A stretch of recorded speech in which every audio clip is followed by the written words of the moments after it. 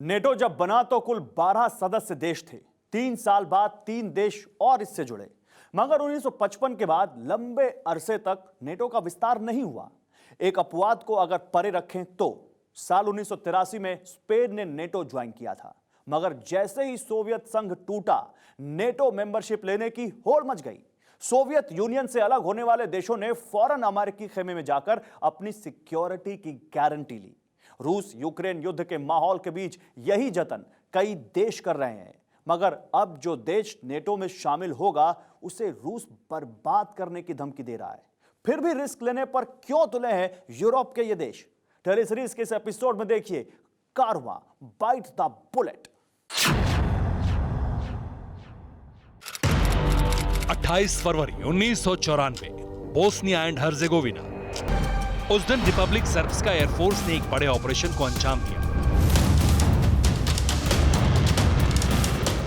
6 J-21 जेट्रप jet Bosnia की एक factory को नेस्तनाबूद करके वापस जा रहे थे, ये जानते हुए भी कि अमेरिका ने उस इलाके को नो फ्लाइंग जोन घोषित किया है। रिपब्लिक सर्ब्सका की एयरफोर्स ने बारूद बरसाए। 6 फाइटर जेट में सवार 6 पायलट्स को लग रहा था कि उन्होंने बहुत दिलेरी का काम किया है, लेकिन वो ये नहीं जानते थे कि मौत उनके करीब आ रही है, वो भी F-16 में सवार हो। जैसे ही सर्ब्स का एयरफोर्स के 6 जेट बोस्निया के दूसरे सबसे बड़े शहर बांजा लुका के दक्षिण पश्चिमी इलाके में पहुंचे, वैसे ही उन पर AMI-120 मिसाइल से ताबड़तोड़ अटैक होने लगा। F-16 के सटीक वार के सामने सर्ब्स का एयरफोर्स के जवान कहां टिक पाते। 6 में से 5 J-21 जेट्रप जेट खाक हो गए। यह हमला नेटो के वायुवीरों ने किया था और 1949 में नेटो की स्थापना के बाद ये सैन्य संगठन का पहला कॉम्बैट ऑपरेशन था।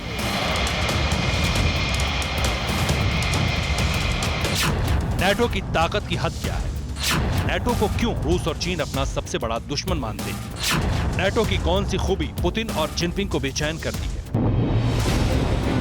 ये जानना है तो हमें अतीत में झांकना होगा, जब नेटो ने सेकेंड वर्ल्ड वॉर के बाद की सबसे खूनी जंग को अपनी ताकत के दम पर खत्म कर दिया था।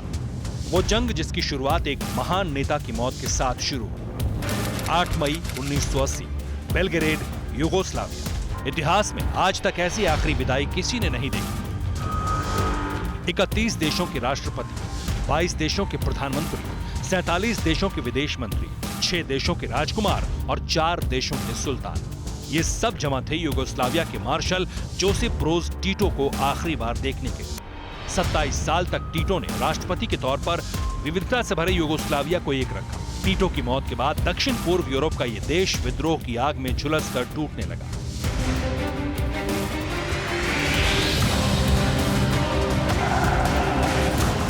मार्च 1991 क्रोएशिया की आजादी की लड़ाई। 25 जून 1991 स्लोवेनिया में 10 दिन की भीषण जंग। 6 अप्रैल 1992 बोस्निया एंड हर्जेगोविना में खूनी जंग। 28 फरवरी 1998 कोसोवो की लड़ाई। यूगोस्लाविया खंड खंड होने लगा। नरसंहार की घटनाएं आम हो चली। आजादी की लड़ाई धर्म युद्ध में बदल गई। बोस्निया में 8000 मुसलमानों को बेरहमी से मार डाला गया। 1945 के बाद यूरोप सबसे बड़े संकट में फंस गया। यूगोस्लाविया का मुद्दा संयुक्त राष्ट्र में पहुंचा। तय हुआ कि सिवाय मिलिट्री एक्शन के अब कोई विकल्प नहीं बचा। अमेरिका के नेतृत्व में नेटो ने मोर्चा संभाला। 30 अगस्त 1995 को नेटो ने यूगोस्लाविया में ऑपरेशन डेलिबरेट फोर्स लॉन्च कर दिया। 400 एयरक्राफ्ट, 5000 जवान और 15 देश। एडमिरल लैटन स्मिथ जूनियर की लीडरशिप में नेटो एयरफोर्स ने वॉर जोन में कोहराम मचा दिया।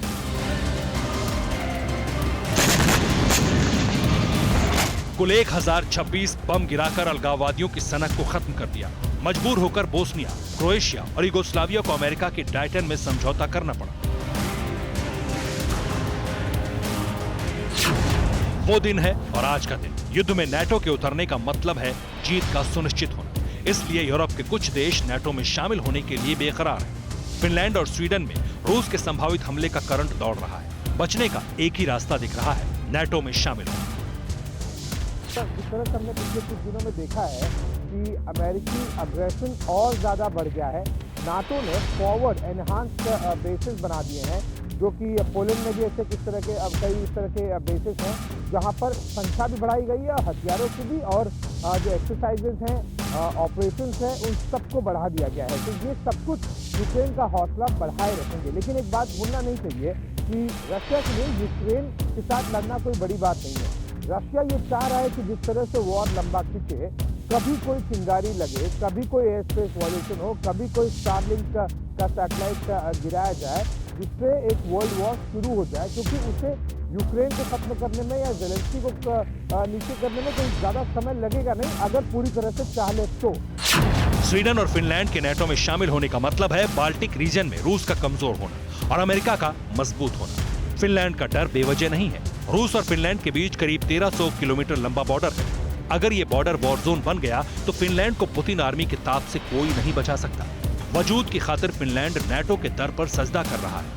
जो वेपन सप्लाई हो रहा है उसके लिए नाटो के लिए एक लॉन्च पैड का बना हुआ है पोलैंड, उसकी भी पूरी तरह से तैयारी की जा रही है। तो पोलैंड काफी एक्टिव रोल में है रशिया के विरोध, न केवल ह्यूमैनिटेरियन ग्राउंड पे बल्कि जो हथियार सप्लाई किए जा रहे हैं उसके तौर पर भी। मोस्ट ऑफ द फ्लाइट्स अगर आप बीते करीब 200 साल से स्वीडन किसी भी मिलिट्री अलायंस का हिस्सा नहीं रहा, यानी 200 वर्षों तक वो तटस्थ देश रहा, लेकिन अब वो भी नाटो में जाना चाहता है। कुछ ही दिन पहले एक रूसी AN-30 प्रोपेलर विमान ने स्वीडिश हवाई क्षेत्र की ओर उड़ान भरी थी, तब से स्वीडन डरा सहमा है।